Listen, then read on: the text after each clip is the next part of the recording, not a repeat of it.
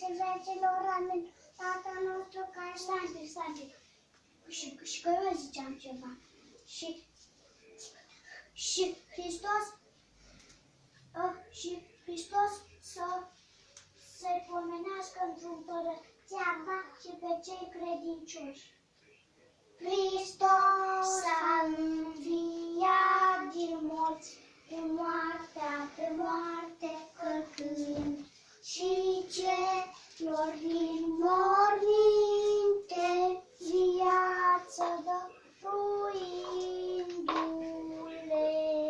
Hristos s-a înviat din morți, cu moartea pe moarte călcând, și celor din morminte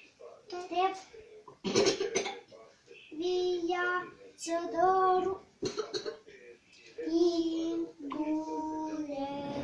Hristos s-a înviat din morți, cu moartea pe moarte călcând, și celor din morminte viață dăruindu-le. Slavă Tatălui și Fiului și a Sfântului Duh, și acum și pururea, să vecii vecilor, amin.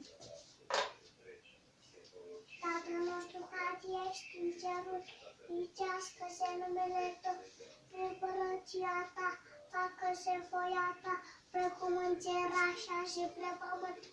Ia noastră, cea-te toate zilele, dă-ne nouă astăzi și ne iartă lucrăzeale noastre, și noi te păzitul nostru, nu ne ispite, și păfește-te de oameni. Slavă Tatălui și Fiului și a Sfântului Duh, și acum și pururea, și în vecii vecilor, amin. Hristos s-a înviat